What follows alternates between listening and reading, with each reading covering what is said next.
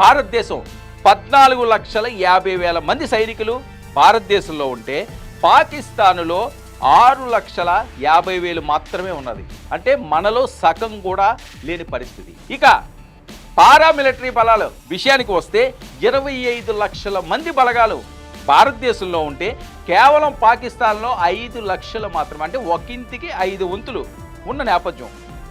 ఇక air force విషయానికి వస్తాం. ఇక సైనిక సామర్థ్యం విషయంలో అయితే తుక్కుగా పాకిస్తాన్ని చిత్తు చేస్తారనలో ఎటువంటి అనుమానాలు లేవు మనం చూస్తున్న ఈ ఫిగర్స్ చూస్తే. ఇక ఎయిర్ ఫోర్స్ విషయానికి వస్తాం. ఎయిర్ ఫోర్స్లో ఏమైనా భారత్ కంటే పాకిస్తాన్ ఆధిక్యం ఉందా? ఫైటర్ జెట్లు భారతదేశం దగ్గర 513 ఉంటే పాకిస్తాన్ దగ్గర 328.